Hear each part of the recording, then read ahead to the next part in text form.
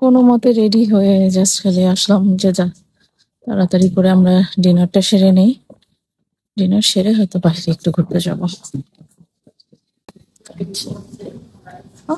এটা nice table. সেদিন স্বভাবতই আমরা অনেক বেশি টায়ার্ড ছিলাম। লফুটনে পৌঁছার পরে তখন প্রায় ইভিনিং হয়ে গেছে, ডিনার টাইম হয়ে গেছে। তো এতই টায়ার্ড ছিলাম যে মনে হচ্ছিল যে খুব তাড়াতাড়ি করে ডিনারটা সেরে আমরা রুমে যে একটু রেস্ট নিব বা বাহিরে একটু জাস্ট সাইট সিইং করতে যাব আর কি। তো আমরা নাইভাগারের যে রেস্টুরেন্টটা, এটা ছিল আমাদের যে ফিশিং ভিলেজে আমরা ছিলাম সেই ফিশিং ভিলেজের সাথেই এই রেস্টুরেন্টটা। লাইক এটা একটা হোটেলের মতন, কিন্তু হোটেল হলেও এগুলো হচ্ছে একেবারেই সেপারেট ক্যাবিনের মতো, লাইক ফিশিং ভিলেজের আদলে তারা এটাকে বানিয়েছে।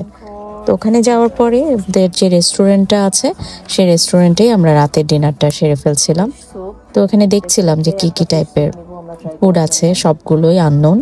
তো একটু সিলেকশন করাটাও আমাদের জন্য ডিফিকাল্ট ছিল, কারণ এখানে যে নামগুলো তারা প্রোভাইড করেছে সেগুলোর সাথে আমরা অতটা পরিচিত ছিলাম না। যাই হোক, তারপর আমরা ট্রাই করছি যে কি অর্ডার করা যায়, এরকম একটা বিষয়ের মধ্যে দিয়ে যাচ্ছিল। এটা ভালো ফিশ, এইটা আমি নিব।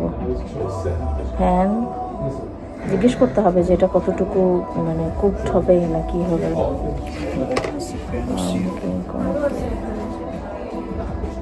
দানিন কি খাবে? The kids menu is right there, right? নাকি হ্যাঁ, তাহলে ফিশ খেতে হবে, ফিশ তো ভালো।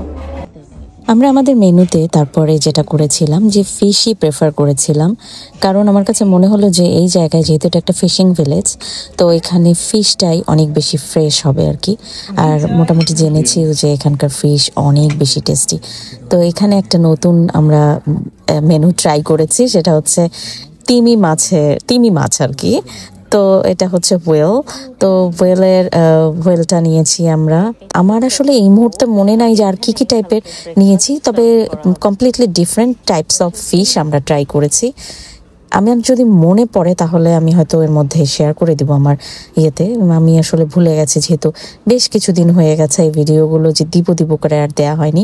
এই রেস্টুরেন্টের আমার একটা জিনিস খুব ভালো লেগেছে, এখানে একটা বোটের আদলে হচ্ছে ওরা ভিতরে একটা টেবল ডেকোরেট করে রেখেছে, যেটাতে সকালবেলা লাইক মর্নিংয়ে তারা ব্রেকফাস্ট সার্ভ করে। তো মর্নিংয়েও আমরা আসবো, মর্নিংয়ের ভিডিওটা আমি আরেকদিন দিব। আর এই যে চারপাশটা ঘুরে দেখছিলাম। আমরা যে ফিশিং ক্যাবিনে আসছি, এগুলো হচ্ছে ফিশিং ক্যাবিন। তো সেই ফিশিং ক্যাবিনগুলো আর এখানে বেশ পপুলার। তো সেই ফিশিং ক্যাবিনে চারপাশটা হচ্ছে এত সুন্দর, চারপাশটা দেখাই খুবই সুন্দর। এখানে আবার সুন্দর একটা বোট,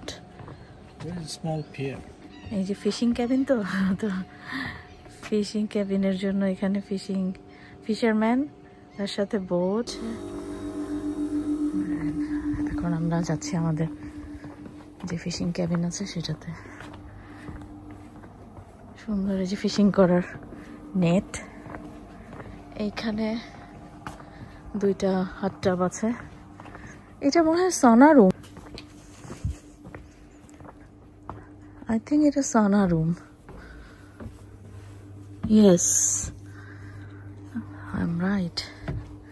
আরেকজন এই যে বসে আছে। কেউ বলবে এখন রাত 12টা বাজে। তুমি হাসতেছো, আমি তোমার কিন্তু ছবি তুলতেছি না। এই যে এটা হচ্ছে, এগুলো হচ্ছে ফিশিং ক্যাবিন। অনেক ভালো আর কি ক্যাবিনগুলোর ভিতরে মোটামুটি সবকিছু। মিডনাইট সানটা দেখার জন্য নরওয়ের লোফোটন আইল্যান্ডে আমাদের আসা। আর এই যে সেদিন রাত 12টার দিকে আমরা ঘোরাফেরা করছিলাম, দেখে মনে হচ্ছে না কিন্তু যে এখন রাত 12টা বাজে। তো সেই সময় আমরা রাতের বেলা একটু ঘোরাফেরা করে মিডনাইট সানের সেই ফিলিংসটা উপলব্ধি করব, চারপাশটা দেখবো জন্যই বাচ্চাদেরকে রুমে রেখেই ওরা প্রায় ঘুমিয়ে গেছে। তো আমরা জাস্ট খালি বের হয়ে গেলাম রাতের বেলায় দিনের সেই আলোটুকু দেখার জন্য, যেটাকে কিনা বলে মিডনাইট সান।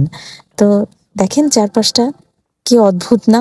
আমাদের মতন মানুষরা যারা এইসব বিষয়ে একেবারে ইউজ টু না, এরকম ধরনের পরিবেশ ইউজ টু না, তাদের কাছে কিন্তু এটা একটা অভূতপূর্ব বা অবাক করা একটা বিষয়। আমাদের মতো মানুষ যারা এই ধরনের পরিবেশ পরিস্থিতি ন্যাচারাল যে মানে এটা তো আসলে একটা কি বলবো, প্রকৃতির মধ্যেও নানা ধরনের ভিন্নতা আছে। এক এক জায়গার প্রকৃতি এক এক রকমের। কখনো কোনো জায়গায় দেখা যায় টেম্পারেচার এক এক রকমের থাকে, কখনো দেখা যায় সামারে এক ধরনের থাকে, কোনো একটা জায়গায় হয়তো সামার এভাবে আসেই না, উইন্টারই থাকে। ঠিক তেমনটাই ওয়ার্ল্ডের আর অন্যান্য জায়গার মতো নরওয়ের সামারটা আবার একটু ডিফারেন্ট। কারণ এখানে এই তো সানসেট করে না, মিড নাইট সান আছে।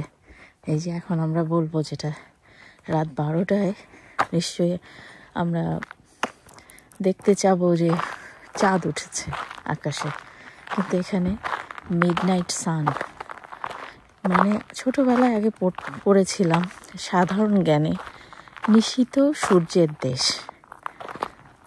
তো সেই নিশীথ সূর্যের দেশ বলতেই নরওয়েকে বোঝায়। তো সেইটা দেখতেছি এখন। বাহিরে ঘোরাফেরা করে রাত 3টা বেজে গেছে। ঘুমানো ট্রাই করছি, কিন্তু ঘুম তো আর আসে না।